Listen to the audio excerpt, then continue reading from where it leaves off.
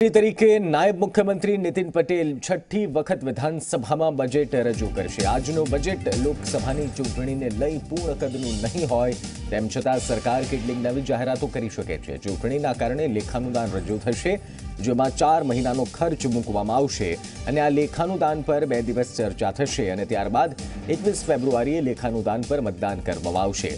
દેશભરમાં રોજગારીનો પ્રશ્ન છે, ત્યારે રાજ્ય સરકાર રોજગારલક્ષી મહત્વની જાહેરાત કરી શકે છે। રાજ્ય સરકાર ખેડૂતોની નારાજગી દૂર કરવા પણ આ બજેટ થકી પ્રયાસ કરી શકે છે। આ ઉપરાંત ઉર્જા વિભાગ દ્વારા પેન્ડિંગ રહેલા અને કપાયેલા કનેક્શન પરત આપવાની જાહેરાત પર અમલને લઈ બજેટની ફાળવણી કરવામાં આવી શકે છે। આ સિવાય શિક્ષણલક્ષી, મહિલા અને બાળકોને લગતી શહેરી વિકાસ અને પ્રધાનમંત્રી આવાસ અંગે પણ કોઈ મહત્વની જાહેરાત કરવામાં આવી શકે છે।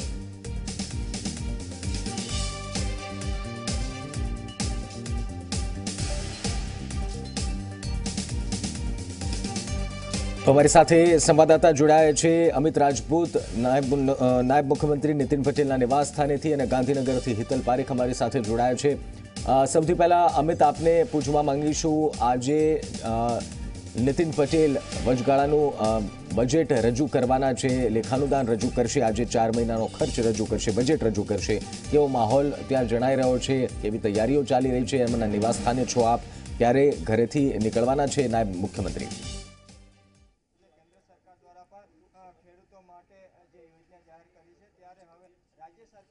बिल्कुल निश्चित नायब मुख्यमंत्री नितिन पटेल जे तेमनुं जे नित्यक्रम है, नित्यक्रम मुजब वहेली सवारे उठी गया है। 7 वाग्यानी आसपास दररोज उठी जता होय छे, तो ए रीते आजे सवारे 7 वाग्यानी आसपास जे छे ए उठी गया है।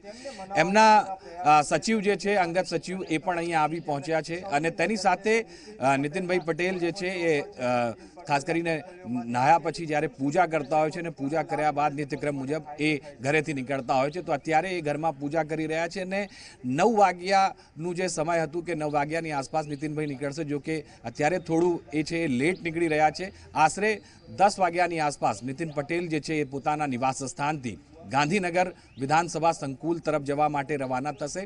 अने बीजी जे महत्वनी बात ए छे के आजे ज्यारे लेखानुदान नितिनभाई रजू करी रह्या छे, तो कया प्रकारथी राहतो हशे? तो सौथी महत्वनी बात ए छे के आ वखते ज्यारे लोकसभानी चूंटणीओ योजावानी छे, त्यारे केंद्र सरकार तरफथी पण जे टेक्स स्लेबमां जे महत्वनो फेरफार करवामां आव्यो छे, टेक्सनी जे स्लेबनी अंदर 5 लाख जेटलो रकम जे छे करवामां आवी छे, तो आने ध्यानमां राखीने खास करीने खेडूतोने ध्यानमां राखवामां आवशे, महिलाओने ध्यान राखवामां आवशे ने तेनी साथे अनेक जे एवा मुद्दाओ छे, પડતર प्रश्नों छे, ते पण ध्यान राखीने आजे राज्य सरकार वती लेखानुदान जे छे ए नायब मुख्यमंत्री नितिन पटेल जे छे ए रजू करशे। अत्यारे दृश्योनी हूँ बात करूँ, कैमरा पर्सन अमितने कहीश के दर्शावे। मारी पाछळ नितिन पटेलनुं निवास स्थान छे अने तैयारीओ जे छे आप जोई शको छो के तैयारीओ थई रही छे। नितिन पटेल जे छे टूंक समयनी अंदर एवुं कहेवामां आवी रह्युं छे के ए અહીંથી નીકળશે। અત્યારે એમના અંગત સચિવ અને એમના જે કમાન્ડો જે અહીંયા આવી ગયા છે, નિતિનભાઈ પટેલ જે છે પોતાના નિવાસ સ્થાનમાં છે અને જ્યારે અહીંથી નીકળશે ત્યારે ચોક્કસથી ગયા વખતની હું વાત કરું તો ગયા વખતે પણ नितिन पटेल જ્યારે પોતાના નિવાસ સ્થાનથી નીકળી રહ્યા હતા ત્યારે તેમણે એક સંકેત આપ્યો હતો કે જે બજેટ હશે એ સારું હશે। તો આજે જોવાનું છે કે આજે એ કઈ રીતે ઘરથી નીકળતા સમયે શું પ્રતિક્રિયા આપે છે અને શું સંકેત આપીને અહીંથી વિધાનસભા તરફ જવા માટે રવાના થાય છે।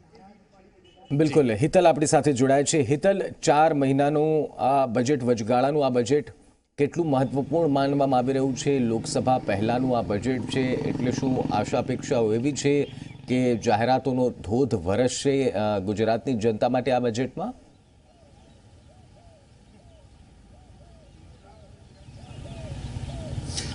ચોક્કસ નિશ્ચિત એવું કહી શકાય કે લોકસભા ચૂંટણી પહેલાંનું આ લેખાનુદાન બજેટ છે। લેખાનુદાન બજેટ હોવાના કારણે નાના મંત્રીને પૂરી પોતાની આવડત બતાવવાનો કદાચ તક નહીં મળે, પણ ચોક્કસ 4 મહિનાનો જે ખર્ચ છે એની મંજૂરીની સાથે સાથે એ ક્યાંક ને ક્યાંક એવી યોજનાઓ જાહેર કરશે જે યોજનાઓ વર્તમાન ગુજરાતની પરિસ્થિતિમાં 26 બેઠક ઉપર સીધી રીતે પ્રભાવિત સાબિત થઈ શકે અને 26 બેઠક જે ભાજપ પાસે છે એ ભાજપ પાસે બની રહે એ પ્રકારનું ક્યાંક ને ક્યાંક આ બજેટ આપવાનો નાણાપ્રધાન દ્વારા પ્રયત્ન કરવામાં આવશે।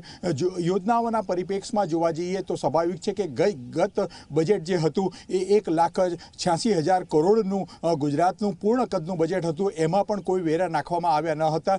સ્વાભાવિક છે કે જીએસટી આવ્યા બાદ રાજ્યના નાણાં પ્રધાનો દ્વારા વેરા નાખવાની જે સિસ્ટમ છે એ સિસ્ટમ સામાન્ય રીતે બંધ થઈ ચૂકી છે. ક્યાંક ને ક્યાંક સ્થાનિક આઇટમો ઉપર જ વધારો કે ઘટાડો કરી શકે છે, પણ ક્યાંક ને ક્યાંક જે પ્રકારે ગુજરાતમાં માછીમારી થઈ રહી છે, માછીમારોને ડીઝલ પૂરું પાડવામાં આવી રહી છે, તો તેના માટેની યોજના આજના બજેટમાં મૂકી શકે છે તેવી શક્યતાઓ છે, જેનાથી માછીમારી કરતા જે મછવારાઓ છે તેમને સીધો ફાયદો થઈ શકે છે. કૃષિ પરિપ્રેક્ષમાં પણ આજના બજેટમાં ખાસ જોગવાઈ કરવામાં આવશે તેવી શક્યતાઓને જોવામાં આવી રહી છે, કારણ કે ખેડૂતો માટે જસદણની ચૂંટણી માટે 500 રૂપિયામાં વીજ બિલ માફી યોજના જાહેર કરવામાં આવી હતી, પણ જોકે એનો અમલ થયો નથી અને એમાં બજેટની જે ફાળવણી છે એ આજે બજેટની ફાળવણી કરવામાં આવે અને એ યોજનાઓનો વિધિવત અમલ શરૂઆત કરવાની જાહેરાત નાણાપ્રધાન આજે ગૃહમાં કરી શકે છે તેવી શક્યતાઓ જોવામાં આવી રહી છે. સાથે સાથે રોજગારલક્ષી બજેટ બને, ક્યાંક ને ક્યાંક જે લોકો રોજગારી જે ઉદ્યોગો રોજગારી પૂરી પાડે છે તેમના માટે ક્યાંક ને ક્યાંક છૂટછાટવાળું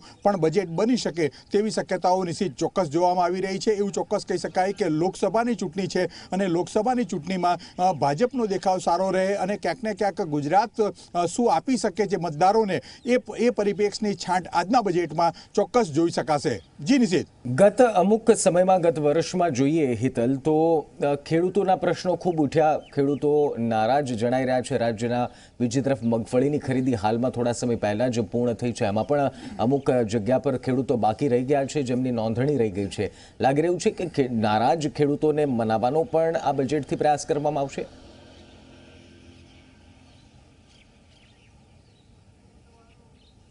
નિશ્ચિત ચોક્કસ એવું કહી શકાય કે નારાજ ખેડૂતોને ક્યાંક ને ક્યાંક મનાવવાનો પ્રયત્ન કરવામાં આવશે. પાક વીમાની વાત હોય કે અન્ય ખેડૂતલક્ષી યોજના હોય તેની જાહેરાત આજે ગૃહના ફ્લોર ઉપરથી નાણાપ્રધાન પોતાનું લેખાનુદાન બજેટ રજૂ કરતી વખતે કરશે તેવી સંભાવના જોવામાં આવી રહી છે. સાથે સાથે જે પ્રકારે બિન અનામત વર્ગને અનામત 10% આપવામાં આવી છે તેના માટેની નાણાકીય જોગવાઈ છે, એ જોગવાઈના પરિપ્રેક્ષમાં પણ એ મહત્વપૂર્ણ જાહેરાત નાયબ મુખ્યપ્રધાન ગૃહના ફ્લોર ઉપરથી કરી શકે તેવી શક્યતાઓ છે, જેનાથી ખેડૂત છે, મહિલા છે અને રોજગાર મેળવનાર યુવાનો છે, આ ત્રણે વર્ગને ક્યાંક ને ક્યાંક આકર્ષવાનો પ્રયત્ન નાણાપ્રધાન પોતાના બજેટમાં કરશે તેવી આશા અપેક્ષા લોકો રાખી રહ્યા છે. જી નિશિત. બિલકુલ હિતલ, ધન્યવાદ. અને અમિત, ધન્યવાદ અમારી સાથે જોડાવા બદલ. તો લેખાનુદાન બજેટ અને આજના બજેટમાં 2019 લોકસભાને ધ્યાનમાં રાખીને બજેટ 4 મહિનાનું જે લેખાનુદાન બજેટ છે તેમાં જાહેરાતો કરવામાં આવી શકે છે. ખાસ જે રીતે હિતલ જણાવી રહ્યા હતા કે